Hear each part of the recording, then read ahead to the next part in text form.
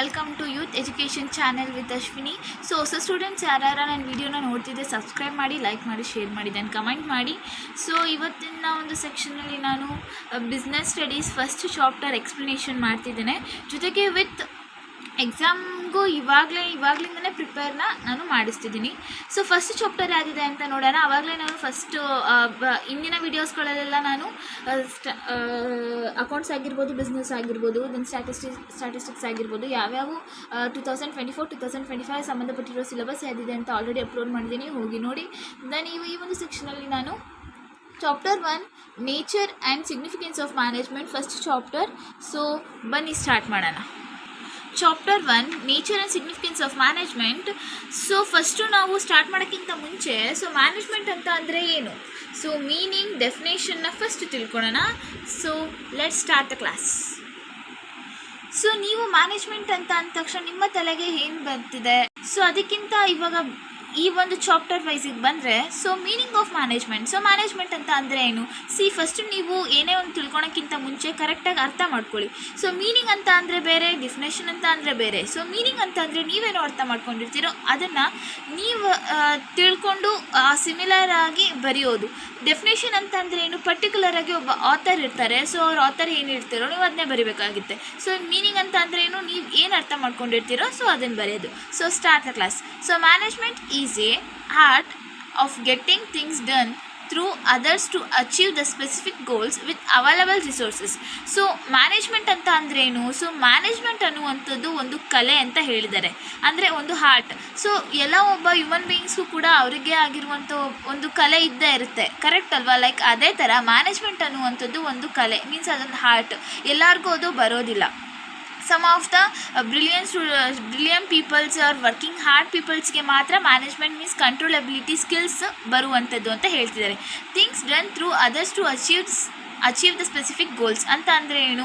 ಇವಾಗ ಏನೇ ಮ್ಯಾನೇಜ್ಮೆಂಟ್ ಮಾಡಿದರೂ ಕೂಡ ಸುಮ್ಮನೆ ಮಾಡಲ್ಲ, ಅದರಿಂದ ಏನಿರುತ್ತೆ, ಒಂದು ಗೋಲ್ ಇರುತ್ತೆ. ಇವಾಗಲೂ ಕೂಡ ನೀವು ಓದ್ತಿದ್ದೀರಾ, ಸೆಕೆಂಡ್ PUC ಓದ್ತಿದ್ದೀರಾ ಅಂತ ಅಂದರೆ ನೀವು ಸುಮ್ಮನೆ ಓದ್ತಿದ್ದೀರಾ ಇಲ್ಲ, ನಿಮಗೆ ಆಗಿರುವಂಥದ್ದು ಪರ್ಟಿಕ್ಯುಲರ್ ಆಗಿ ಒಂದು ಫ್ಯೂಚರಲ್ಲಿ ನಿಮಗೆ ಒಂದು ಗೋಲ್ ಅಂತ ಇಟ್ಕೊಂಡಿರ್ತೀರ, ಇದನ್ನು ಅಚೀವ್ ಮಾಡಲೇಬೇಕು ಅಂತ. ಲೈಕ್ ಅದೇ ಥರ ಬಿಸ್ನೆಸ್ ಪರ್ಪಸಲ್ಲೂ ಕೂಡ ಈ ಒಂದು ನಮ್ಮ ಪ್ರಾಡಕ್ಟ್ಸ್ ಆಗಿರ್ಬೋದು, ಸೇಲ್ಸ್ ಆಗಬೇಕು, ಮ್ಯಾನೇಜ್ಮೆಂಟ್ ಈ ಥರ ಆಗಬೇಕು ಅನ್ನೋದು ಸುಮಾರು ಥರ ಗೋಲ್ ಇರುತ್ತೆ. ಮ್ಯಾನೇಜ್ಮೆಂಟ್ ಪರ್ಪಸಲ್ಲಿ ಸ್ಪೆಸಿಫಿಕ್ ಗೋಲ್ಸ್ ಇಟ್ಕೊಂಡಾಗ ತುಂಬ ಹೆಲ್ಪ್ ಆಗುತ್ತೆ ಅಂತ ಹೇಳ್ತಿದ್ದಾರೆ. With available resources. ಇರುವಂಥ ರಿಸೋರ್ಸಸ್ಸಲ್ಲೇ ಯಾವ ಥರ ಮ್ಯಾನೇಜ್ಮೆಂಟ್ ಮಾಡಬಹುದು ಅಂತ ಯಾರು ಥಿಂಕ್ ಮಾಡಿಬಿಟ್ಟು ಮ್ಯಾನೇಜ್ಮೆಂಟ್ ಕೆಪಾಬಿಲಿಟಿ ಇರುತ್ತಲ್ಲ, ಅವರನ್ನು ನಾವು ಮ್ಯಾನೇಜ್ಮೆಂಟ್ ವರ್ಕರ್ಸ್ ಅಥವಾ ಮ್ಯಾನೇಜ್ಮೆಂಟ್ ಕೆಪಾಬಿಲಿಟಿ ಇರೋ ಹ್ಯೂಮನ್ ಬೀಯಿಂಗ್ ಅಂತ ಹೇಳಿ ಕರಿತೇವೆ. ಇದು ಇಂಪಾರ್ಟೆಂಟ್. ಮೀನಿಂಗ್ ಅಲ್ವಾ ಕೇಳ್ಬೋದು, ಇಲ್ಲ ಮ್ಯಾನೇಜ್ಮೆಂಟಾರ ಕೇಳ್ಬೋದು, ಪಕ್ಕಾ ಕ್ವಶನ್ನು. ನಾನು ನಿಮಗೆ ಒಂದು 2-3 ಕ್ವಶನ್ ಪೇಪರ್ನ ತೋರಿಸ್ಕೊಂಡು ಹೇಳಿದ್ರೆ ಏನಾಗೋಗುತ್ತೆ ಅಂದರೆ ವಿಡಿಯೋ ಲೆಂತಿ ಆಗುತ್ತೆ. ಇವಾಗ ನಾನು ನಿಮಗೆ ಪಕ್ಕಾ ಹೇಳ್ತಿರೋದು ನಾನು ಇದನ್ನು, ಓಕೆನಾ? Meaning of management, definition of management. Definition ನೋಡ್ಕೊಂಬರೋಣ. ಅದಾದಮೇಲೆ ನನ್ನ ಹತ್ರ ಒಂದು 5ರಿಂದ 6 ಕ್ವಶನ್ ಪೇಪರ್ ಇದೆ. 5ರಿಂದ 6 ಸುಮಾರು ಕ್ವಶನ್ ಪೇಪರ್ ಇದೆ. ಇವಾಗ ಜಸ್ಟ್ ನಾನು 5 to 6 ಕ್ವಶನ್ ಪೇಪರಲ್ಲಿ ರಿಪೀಟ್ ಆಗಿರೋ ಮೀನಿಂಗ್ ಆಫ್ ಮ್ಯಾನೇಜ್ಮೆಂಟ್ ಅಥವಾ ಡೆಫಿನೇಷನ್ ಆಫ್ ಮ್ಯಾನೇಜ್ಮೆಂಟ್ ಕ್ವಶನ್ನ ತೋರಿಸ್ತೀನಿ. ಓಕೆ, ಇಲ್ಲಿ ನಿಮಗೆ ಕಾಣ್ತಿರ್ಬೋದು ಡೆಫಿನೇಷನ್ ಆಫ್ ಅ ಮ್ಯಾನೇಜ್ಮೆಂಟ್, ಕರೆಕ್ಟಾ? ಇಲ್ಲಿ 3 ಇದೆ.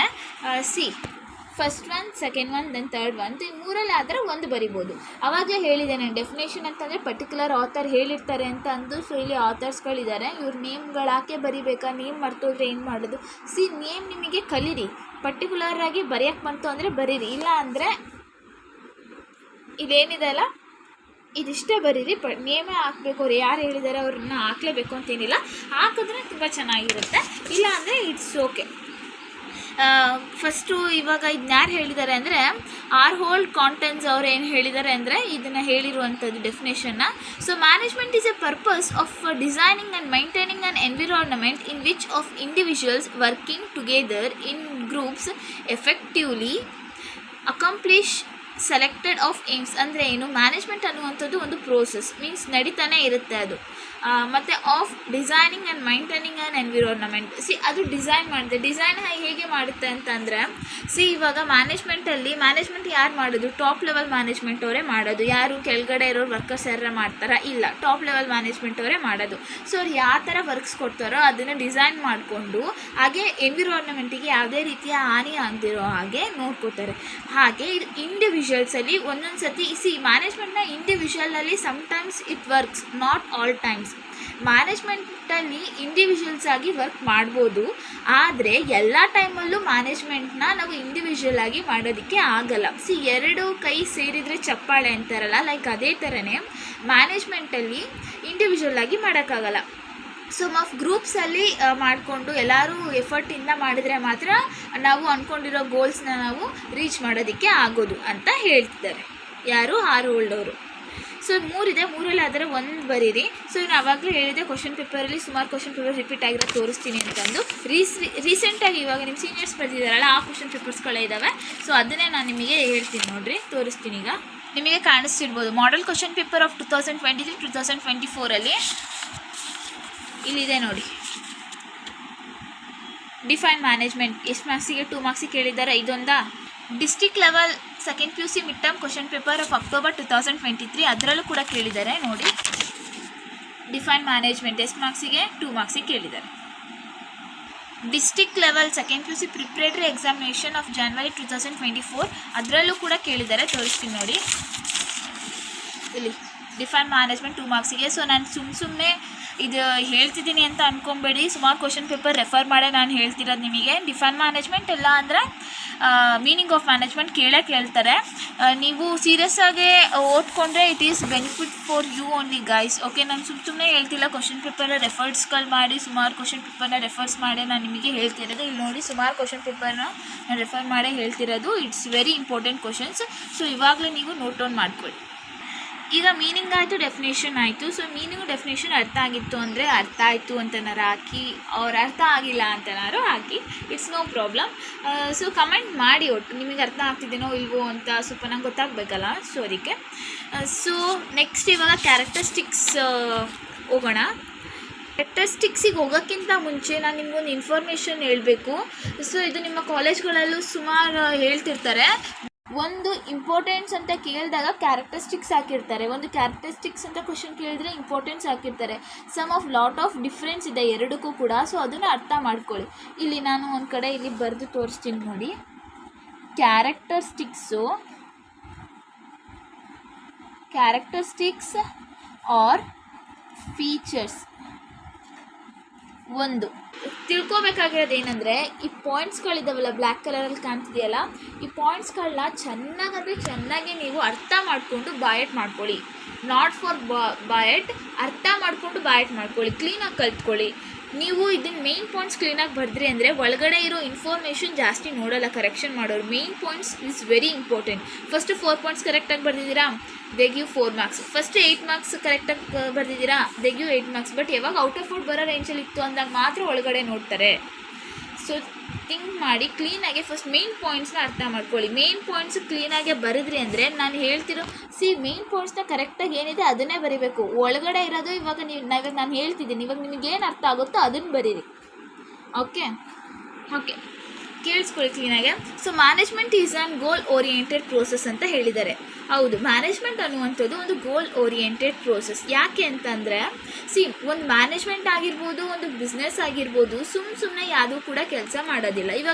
ಇವಾಗ ಫಸ್ಟ್ ನಾನು ಬಿಸ್ನೆಸ್ ರಿಲೇಟೆಡ್ ಆಗಿ ಹೇಳ್ತೀನಿ, ಆಮೇಲೆ ನಾನು ನಿಮಗೆ ಸ್ಟೂಡೆಂಟ್ಸ್ ರಿಲೇಟೆಡ್ ಆಗಿ ಹೇಳ್ತೀನಿ. 2 ಥರ ಹೇಳಿದ್ರೆ ನಿಮಗೆ ಅರ್ಥ ಆಗುತ್ತೆ.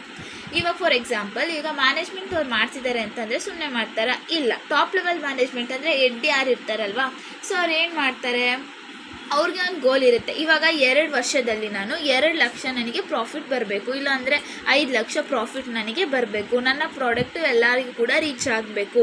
ಸೊ ಅವಾಗ ಏನಾಗುತ್ತೆ, ಮ್ಯಾನೇಜ್ಮೆಂಟಲ್ಲಿ ಸುಮ್ಮನೆ ಮಾಡಲ್ಲ, ಅಲ್ಲೊಂದು ಗೋಲ್ ಇಟ್ಕೊಂಡಿರ್ತಾರೆ, ಇಷ್ಟು ವರ್ಕು ಇಷ್ಟು ಡೇಸಲ್ಲಿ ಮಾಡಬೇಕು ಅಂತ ಅಂದ್ಬಿಟ್ಟು. ಇವಾಗ ನಾನು ನಿಮ್ಮ ಒಂದು ರಿಲೇಟೆಡಾಗೆ ಹೇಳ್ತೀನಿ ನೋಡ್ರಪ್ಪ.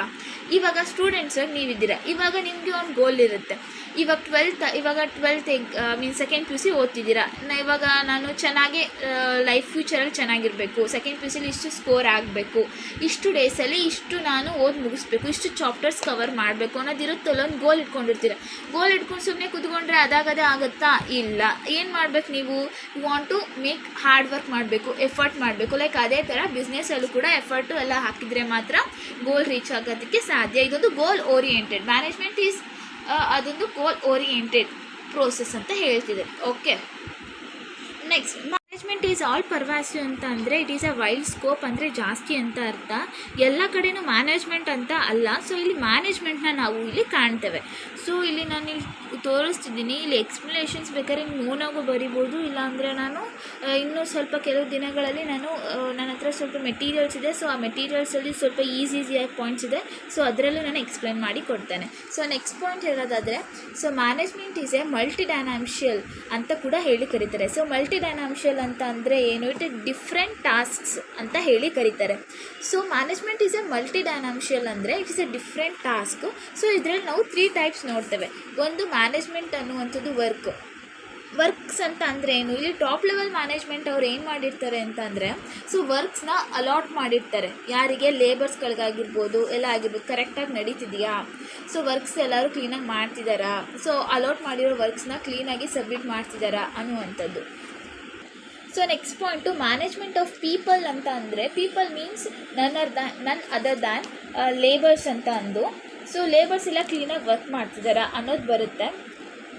ನೀವು ಕ್ಯಾರೆಕ್ಟರಿಸ್ಟಿಕ್ಸ್ ಆಫ್ ಮ್ಯಾನೇಜ್ಮೆಂಟ್ ಅಂತ ಏನಾರು ಕೇಳಿದ್ರು ಅಂತ ಅಂದರೆ ಮೇಯ್ನಾಗಿ ಏನು ಮಾಡಿ ಅಂತಂದರೆ, ಇವಾಗ management is a multi dimensional ಅಂತ ಬದ್ರಿ ಅಂದರೆ, ಸೊ ಮ್ಯಾನೇಜ್ಮೆಂಟ್ ಅನ್ನುವಂಥದ್ದು it is A different task ಅಂತ ಅಂದ್ಬಿಟ್ಟು ಒಂದು 2 ಲೈನ್ಸಲ್ಲಿ ಎಕ್ಸ್ಪ್ಲನೇಷನ್ ಮಾಡಿ, ದೇರ್ ಆರ್ 3 ಸಬ್ ಪಾಯಿಂಟ್ಸ್ ಅಂತ ಬರೆದು ವರ್ಕು, ಪೀಪಲ್ಲು, ಆಪರೇಷನ್ ಅಂತ 3 ಥರ ಬರುತ್ತೆ. ಆಲ್ರೆಡಿ ನಾನು ವರ್ಕ್ಸ್ ಅಂತ ಅಂದರೆ ಹೇಳಿದ್ದೀನಿ. ವರ್ಕ್ಸ್ ಅಂತ ಅಂದರೆ ಏನು, ಎಷ್ಟು ಮ್ಯಾನೇಜ್ಮೆಂಟಲ್ಲಿ ವರ್ಕ್ಸ್ನ ಅಲಾಟ್ ಮಾಡಿರ್ತಾರೆ ಟಾಪ್ ಲೆವೆಲ್ ಮ್ಯಾನೇಜ್ಮೆಂಟು, ಇದು ಕ್ಲೀನಾಗಿ ವರ್ಕ್ ಮಾಡ್ತಿದ್ದಾರೆ, ಅದೊಂದು 2 ಪಾಯಿಂಟ್ಸ್ ಎಕ್ಸ್ಪ್ಲನೇಷನ್ ಬರೆದು. ಮ್ಯಾನೇಜ್ಮೆಂಟ್ ಆಫ್ ಪೀಪಲ್ ಅಂತ ಅಂದರೆ ಏನು, it is A human resources ಅಂತ ಅಂದರೆ ಏನು, ಲೇಬರ್ಸ್ ಆಗಿರ್ಬೋದು, ಕ್ಲೀನಾಗಿ ಎಲ್ಲ ಕೆಲಸ ಆಗ್ತಿದೆಯಾ ಅಂತ ನೋಡ್ಕೊಳ್ಳುವಂಥದ್ದು. ಸೊ ನೆಕ್ಸ್ಟ್ ಪಾಯಿಂಟ್ ಏನು, ಮ್ಯಾನೇಜ್ಮೆಂಟ್ ಅನ್ನುವಂಥದ್ದು ಒಂದು ಆಪರೇಷನ್ ಅಂತ ಹೇಳಿದ್ದಾರೆ. Operation means it is A activities, ಎಲ್ಲ ಥರ ವೇರಿಯಸ್ ಆಫ್ ಡಿಫ್ರೆಂಟ್ ಆಫ್ ಟಾಸ್ಕ್ಗಳನ್ನ ಇಲ್ಲಿ ಏನು ಮಾಡ್ತಾರೆ, ಮ್ಯಾನೇಜ್ನ ಮಾಡುವಂಥದ್ದು. ಎಲ್ಲ ರೀತಿಯ ಟಾಸ್ಕ್ಗಳನ್ನ ಕ್ಲೀನಾಗಿ ಮ್ಯಾನೇಜ್ಮೆಂಟ್ ಆಗ್ತಿದೆಯಾ ಅಂತ ನೋಡೋದು. ಇಲ್ಲಿ ಮ್ಯಾನೇಜ್ಮೆಂಟ್ ಆಫ್ ಆಪರೇಷನ್ ಅಂತಂದರೆ ಇಲ್ಲಿ ಪ್ರೊಡಕ್ಷನ್ ಆಗಿರ್ಬೋದು, ಫಿನಾನ್ಷಿಯಲ್ ಡಿಪಾರ್ಟ್ಮೆಂಟ್ ಆಗಿರ್ಬೋದು, ಲೇಬರ್ಸ್ ಡಿಪಾರ್ಟ್ಮೆಂಟ್ ಆಗಿರ್ಬೋದು, ಹ್ಯೂಮನ್ ರಿಸೋರ್ಸಸ್ ಆಗಿರ್ಬೋದು, ವರ್ಕ್ ಡಿಪಾರ್ಟ್ಮೆಂಟ್ ಆಗಿರ್ಬೋದು, ಎಲ್ಲ ರೀತಿಯ ಡಿಪಾರ್ಟ್ಮೆಂಟ್ಸು ಕೂಡ ಕರೆಕ್ಟಾಗಿ ಅದರ ವರ್ಕ್ ಮಾಡ್ತಿದೆಯಾ ಅಂತ ಅಂದ್ಬಿಟ್ಟು ಇಲ್ಲಿ ನೋಡ್ತಾರೆ. Okay, next point, management is a continuous process. ಹೌದು, ಮ್ಯಾನೇಜ್ಮೆಂಟ್ ಇಲ್ಲಿ ಏನು ಹೇಳ್ತಿದ್ದಾರೆ ಅಂದರೆ, ಮ್ಯಾನೇಜ್ಮೆಂಟ್ ಅನ್ನುವಂಥದ್ದು ಕಂಟಿನ್ಯೂಯಸ್ ಪ್ರೋಸೆಸ್ ಅಂತ ಹೇಳ್ತಿದ್ದಾರೆ. ಹೇಗೆ ಅಂತಂದರೆ, ಈಗ ಹ್ಯೂಮನ್ ಬೀಯಿಂಗ್ಸ್ ಚೇಂಜ್ ಆಗ್ಬೋದು. ಇವಾಗ ಒಂದು ಎಂಪ್ಲಾಯ್ ಏನಾಗ್ಬೋದು, ಆ ಒಂದು ಕೆಲಸವನ್ನು ಬಿಟ್ಟು ಹೋಗ್ಬೋದು. ಆದರೆ ಮ್ಯಾನೇಜ್ಮೆಂಟ್ ಅನ್ನುವಂಥದ್ದು it never be a stop. ಅದೇನಾಗುತ್ತೆ, ಇದು ಕಂಟಿನ್ಯೂ ಆಗಿ ಇದು ವರ್ಕ್ ಆಗುತ್ತೆ. ಒಬ್ಬ ಹ್ಯೂಮನ್ ಬೀಯಿಂಗ್ಸ್ ಇಲ್ಲ ಒಂದು ಹ್ಯೂಮನ್ ರಿಸೋರ್ಸಸ್ ಕೆಲಸ ಬಿಟ್ಟು ಹೋದರೂ ಕೂಡ ಯಾವುದೇ ರೀತಿಯ ಮ್ಯಾನೇಜ್ಮೆಂಟ್ ಇಲ್ಲಿ ಸ್ಟಾಪ್ ಆಗಲ್ಲ. ಅವರ ಒಂದು ಪೋಸ್ಟಿಗೆ, ಒಬ್ಬ ಎಂಪ್ಲಾಯ್ ಪೋಸ್ಟಿಗೆ ಇನ್ನೊಬ್ಬ ಎಂಪ್ಲಾಯ್ ಬಂದು ಜಾಯ್ನ್ ಆಗ್ತಾನೆ ವಿನಃ ಯಾವುದೇ ರೀತಿಯ ವರ್ಕು ಯಾವುದೇ ರೀತಿ ಸ್ಟಾಪ್ ಆಗಲ್ಲ ಅಂತ ಹೇಳಿದ್ದಾರೆ. Okay, so next management is A group of activity ಅಂತಂದು. ಮ್ಯಾನೇಜ್ಮೆಂಟು ಇಂಡಿವಿಜುವಲ್ ಆಗಿ ಮಾಡೋದಕ್ಕೆ ಸಾಧ್ಯನೇ ಇಲ್ಲ. ಎರಡು ಕೈ ಸೇರಿದರೆ ಚಪ್ಪಾಳೆ ಅಂತಾರಲ್ಲ, ಲೈಕ್ ಅದೇ ಥರ ಮ್ಯಾನೇಜ್ಮೆಂಟ್ ಅನ್ನುವಂಥದ್ದು ಒಂದು ಗ್ರೂಪ್ ಆ್ಯಕ್ಟಿವಿಟೀಸ್. ಸೊ ಇದು ಬಿಸ್ನೆಸ್ಸಲ್ಲಿ ಯಾವ ಥರ ವರ್ಕ್ ಆಗೋದಕ್ಕೆ ಅಂತ ಹೇಳೋಕ್ಕಿಂತ ಮುಂಚೆ ನಾನು ನಿಮ್ಮ ಒಂದು ಕಾಲೇಜಲ್ಲಿ ಎಕ್ಸಾಂಪಲ್ ಕೊಡ್ತೇನೆ. ಇವಾಗ ನಿಮ್ಮ ಕಾಲೇಜಲ್ಲಿ ಫ್ರೆಷರ್ಸ್ ಡೇ ಅಥವಾ ಏನೋ ಒಂದು ಫುಡ್ ಫೆಸ್ಟ್ ಡೇ ಅಂತ ಏನೋ ಮಾಡ್ತಾರೆ ಅಂದ್ಕೊಳ್ಳಿ. ಸೊ ಅದನ್ನು ಮಾಡಬೇಕಾದ್ರೆ ಇವಾಗ ಲೆಕ್ಚರರ್ಸ್ ಎಲ್ಲ ಏನು ಮಾಡ್ತಾರೆ, ಡಿವೈಡ್ಸ್ ಮಾಡ್ತಾರೆ. ಒಂದು ಇನ್ವಿಟೇಷನ್ ಗ್ರೂಪು, ಒಂದು ಡಿಪಾರ್ಟ್ಮೆಂಟ್ ಆಗಿರ್ಬೋದು, ಫುಡ್ ಕಮಿಟೀಸ್ ಡಿಪಾರ್ಟ್ಮೆಂಟ್ ಆಗಿರ್ಬೋದು, ಇಲ್ಲ ಅಂತಂದರೆ ಮತ್ತು ನೀಟ್ನೆಸ್ ಡಿಪಾರ್ಟ್ಮೆಂಟ್ ಆಗಿರ್ಬೋದು, ಸ್ಟೇಜ್ ಡೆಕೋರೇಷನ್ ಡಿಪಾರ್ಟ್ಮೆಂಟ್ ಆಗಿರ್ಬೋದು, ಈ ಥರ ಹಲವಾರು ಡಿಪಾರ್ಟ್ಮೆಂಟ್ಸ್ಗಳನ್ನ ಮಾಡ್ತಾರೆ. ಸೊ ಒಬ್ಬರೇ ಹ್ಯಾಂಡಲ್ ಮಾಡೋಕ್ಕಾಗತ್ತಾ? ಇಲ್ಲ. ಅಲ್ಲೇನು ಮಾಡಿರ್ತಾರೆ ಅಂತಂದರೆ, ನಿಮ್ಮ ಒಂದು ಫ್ರೆಂಡ್ಸ್ ಎಫರ್ಟ್ಸ್ ಆಗಿರ್ಬೋದು, ನಿಮ್ಮ ಗ್ರೂಪ್ ಎಫರ್ಟ್ಸ್ ಆಗಿರ್ಬೋದು, ನಿಮ್ಮ ಕೋಆರ್ಡಿನೇಷನ್ಸ್ ಆಗಿರ್ಬೋದು, ಎಲ್ಲ ಸೇರಿದ್ರೆ ಮಾತ್ರ ಅದು ಗ್ರೂಪ್ ಆ್ಯಕ್ಟಿವಿಟಿ ಅನ್ನೋದಕ್ಕೆ ಸಾಧ್ಯ ಅಲ್ವಾ. ಲೈಕ್ ಅದೇ ಥರ ಬಿಸ್ನೆಸ್ಸಲ್ಲೂ ಕೂಡ financial department, production department, then human resources department, work department or any others operation departments ಅಂತ ಹಲವಾರು ಡಿಪಾರ್ಟ್ಮೆಂಟ್ಸ್ಗಳು ಇರುವಂಥದ್ದು. ಲೈಕ್ ಅದೇ ಥರ ಅಲ್ಲೂ ಕೂಡ ಗ್ರೂಪ್ ಆ್ಯಕ್ಟಿವಿಟೀಸ್ ಇದ್ದರೆ ಮಾತ್ರ ಒಂದು ಮ್ಯಾನೇಜ್ಮೆಂಟ್ ವರ್ಕ್ ಆಗೋದಕ್ಕೆ ಸಾಧ್ಯ. ಒಂದರಲ್ಲಿ ಕೋರ್ಡಿನೇಷನ್ ತಪ್ಪು ಆ ಕಡೆ ಈ ಕಡೆ ಆಯಿತು ಅಂತಂದರೆ ಸ್ವಲ್ಪ ಆ ಒಂದು ಡಿಪಾರ್ಟ್ಮೆಂಟಿಗೆ ಪೆಟ್ಟು ಬೀಳುತ್ತೆ. Okay, next management is a ಇದೊಂದು ಡೈನಾಮಿಕ್ ಫಂಕ್ಷನ್ ಅಂತ ಹೇಳಿದ್ದಾರೆ. ಸೊ ಡೈನಾಮಿಕ್ ಅಂತ ಅಂದರೆ ಏನು ಅಂತ ಅಂದರೆ, it is a continuous activities. ಅಂದರೆ it never be a stop, it continues activity. But ಆದರೆ ಇದು ಚೇಂಜಿಂಗ್ ಇನ್ ನೇಚರ್ ಅಂತ ಹೇಳ್ತಾರೆ. ಹೇಗೆ ಇದು ಚೇಂಜಿಂಗ್ ಇನ್ ನೇಚರ್ ಆಗುತ್ತೆ ಅಂದರೆ, ಲೈಕ್ ಸಮ್ ಆಫ್ ಕ್ಲೈಮೇಟ್ ಆಗಿರ್ಬೋದು, ಸಮ್ ಆಫ್ ಕಸ್ಟಮರ್ ಟೇಸ್ಟ್ ಆಗಿರ್ಬೋದು, ಅದ್ರ ಮೇಲೆ ಡಿಪೆಂಡ್ ಆಗುತ್ತೆ. ಮ್ಯಾನೇಜ್ಮೆಂಟ್ ಫಂಕ್ಷನ್ಸ್, ಪ್ರೊಡಕ್ಷನ್ಸ್ ಆಗಿರ್ಬೋದು, ನಡೆಯೋ ಒಂದು ಪ್ರೊಸೀಜರ್ ಆಗಿರ್ಬೋದು, ಲೈಕ್ ಅದ್ರ ಮೇಲೆ ಡಿಪೆಂಡ್ ಆಗಿರುತ್ತೆ ಅಂತ ಹೇಳ್ತಾರೆ. ಓಕೆ, ಸೊ ನೆಕ್ಸ್ಟ್ ಪಾಯಿಂಟ್ ಏನು, management is an intangible force. Okay, management ಅನ್ನುವಂಥದ್ದು ಒಂದು ಇಂಟ್ಯಾಂಜಿಬಲ್ ಫೋರ್ಸ್ ಅಂತ ಹೇಳ್ತಿದ್ದಾರೆ. ಹೌದು, ನೀವು ಏರ್ ಅಂದರೆ ಗಾಳಿನ ನೀವು ಟಚ್ ಮಾಡೋಕ್ಕಾಗುತ್ತಾ? No, you can feel it, ನೀವು ಅನುಭವಿಸೋಕ್ಕೆ ಮಾತ್ರ ಸಾಧ್ಯ. ಲೈಕ್ ಅದೇ ಥರ ಮ್ಯಾನೇಜ್ಮೆಂಟ್ ಅನ್ನುವಂಥದ್ದು ನೀವು ಮುಟ್ಟೋದಕ್ಕೆ ಆಗಲ್ಲ. We can feel it or we can assume it, ನೀವು ಅನ್ಕೋಬೋದು ಹಿಂಗಾಗಿ. ಮ್ಯಾನೇಜ್ಮೆಂಟ್ ಅನ್ನುವಂಥದ್ದು ಒಂದು ಇಂಟ್ಯಾಂಜಿಬಲ್ ಫೋರ್ಸು, ಅದನ್ನು we can't touch it but we can feel it. Okay, so ಈ ಒಂದು ಸೆಕ್ಷನಲ್ಲಿ ನೀವು meaning of management, definitions of management, characteristics of management ಅಂತಂದರೆ ಏನು ಅಂತ ತಿಳ್ಕೊಂಡಿದ್ದೀರಾ. ಸೊ ನೆಕ್ಸ್ಟ್ ಕ್ಲಾಸಲ್ಲಿ ನಾನು ಆಬ್ಜೆಕ್ಟಿವ್ಸ್ ಮತ್ತು ಇಂಪಾರ್ಟೆನ್ಸ್ನ ಮಾಡಿ ಕೊಡ್ತೇನೆ. ಓಕೆ, ಇನ್ನೊಂದು ಹೇಳೋದು ಮಾಡ್ತಿದ್ದೀನಿ, ಇದು ಕ್ಯಾರೆಕ್ಟರಿಸ್ಟಿಕ್ಸ್ ಆಫ್ ಮ್ಯಾನೇಜ್ಮೆಂಟ್ ಅಂದರೂ ಒಂದೇ, ಫೀಚರ್ಸ್ ಆಫ್ ಮ್ಯಾನೇಜ್ಮೆಂಟ್ ಅಂದರೂ ಒಂದೇ, ನೆನ್ಪಿಟ್ಕೊಳ್ರಿ. ಮತ್ತು ಇದು ಕೂಡ ಸುಮಾರು ಎಕ್ಸಾಮ್ಸ್ಗಳಲ್ಲೂ ಕೇಳಿದ್ದಾರೆ. ಸೊ ನಾನು ನಿಮಗೆ ಹೇಳ್ತೀನಿ ನೋಡಿ, ಯಾವ್ಯಾವ ಕ್ವಶನ್ ಪೇಪರ್ ಒಂದೆರಡು ನಿಮಿಷದಲ್ಲಿ ತೋರಿಸ್ತೀನಿ. ಇಲ್ಲಿ ಕಾಣಿಸ್ಬೇಕು ಅಂದರೆ ಹೋದ ವರ್ಷದ ಬೋರ್ಡ್ ಎಕ್ಸಾಮ್ ಪೇಪರಲ್ಲಿ ಅಲ್ಲಿ ಇದು ನೋಡ್ತಿದ್ದೀರಾ, 8 ಮಾರ್ಕ್ಸಿಗೆ ಕೇಳಿದ್ದಾರೆ, basics of characteristics of management ಅಂತ. ನಾನು ನಿಮಗೆ ಹೇಳ್ತೀನಿ 8 ಮಾರ್ಕ್ಸ್ ಕ್ವಶನ್ಸ್ ಎಲ್ಲ ಹೆಂಗೆ ಬರೀಬೇಕು ಅಂದ್ಬಿಟ್ಟು. ಸುಮ್ಮನೆ 8 ಮಾರ್ಕ್ಸಿಂದ 8 ಪಾಯಿಂಟ್ಸ್ ಬರೆದ್ಬಿಟ್ರೆ ಆಗಲ್ಲ. ಸೊ ಅವ್ರ ಇನ್ವಿಜಿಲೇಟರ್ಸಿಗೆ ನೀವು ಮೀನ್ಸ್ ಕರೆಕ್ಷನ್ ವ್ಯಾಲ್ಯೂಯೇಷನ್ ಮಾಡೋರಿಗೆ ಕ್ಲೀನಾಗೆ ಸ್ವಲ್ಪ ಅವರಿಗೆ ವಾವ್ ಅಂತ ಅನಿಸ್ಬೇಕಲ್ವಾ. ಸೊ ಅದಕ್ಕೆ ಏನು ಮಾಡಬೇಕು, ಫಸ್ಟು ನೀವು 8 ಮಾರ್ಕ್ಸಿಗೆ ಮೀನಿಂಗ್ ಬರೀಬೇಕು. ಮೀನಿಂಗ್ ಎಲ್ಲ ಬರೆದಾದ್ಮೇಲೆ ಪಾಯಿಂಟ್ಸ್ ಹಾಕ್ಬಿಟ್ಟು ಎಕ್ಸ್ಪ್ಲೇಷನ್ ಮಾಡಬೇಕು. ಕನ್ಫ್ಯೂಷನ್ ಅದೊಂದು ಪ್ರೊಸೀಜರ್ ಇದೆ. ಸೊ ಅದು ಹೇಗೆ ಬರೀಬೇಕು ಅಂದ್ಬಿಟ್ಟು ನಾನು ನಿಮಗೆ ಹೇಳ್ತೇನೆ. ಫಸ್ಟು ಈ ಕ್ವಶನ್ ಕೇಳಿದಾಗ ಆನ್ಸರ್ ಬರೆಯೋಕ್ಕೆ ಬರೋ ಥರ ಪ್ರಾಕ್ಟೀಸ್ ಮಾಡ್ಕೊಳ್ಳಿ. ಓಕೆನಾ. ನನ್ನ ಹತ್ರ ಇರೋ ಮೆಟೀರಿಯಲ್ಸಿಂದ ನಾನು ನಿಮಗೆ ಇವಾಗಿಂದಲೇ ನೋಟ್ಸ್ ಕೊಡ್ತಾ ಹೋಗ್ತಿದ್ದೀನಿ. ಇವತ್ತು ಏನು ಮಾಡಿದ್ದೀನಿ ಅಷ್ಟು ನೋಟ್ಸ್ ನಾನು ನಿಮಗೆ ಕೊಡ್ತಿದ್ದೀನಿ. So meaning and definitions of management, so meaning 2 ಮಾರ್ಕ್ಸಿಗೆ ಕೇಳ್ತಾರೆ. So then definitions of management ಅದು ಕೂಡ 2 ಮಾರ್ಕ್ಸಿಗೆ ಕೇಳ್ತಾರೆ. ಆಲ್ರೆಡಿ ಹೇಳಿದ್ದೀನಿ 3 ಇದೆ ಅಂತ ಅಂದ್ಬಿಟ್ಟು. 3ಅಲ್ಲಿ ಆದರೆ 1 ಬರೆದ್ರೆ ನಡೆಯುತ್ತೆ, ಹೇಳಿ ತೋರಿಸಿದ್ದೀನಿ. ಬೇಗ ಪಾಸ್ ಮಾಡ್ಕೊಂಡು ಬರ್ಕೊಳ್ಳಿ.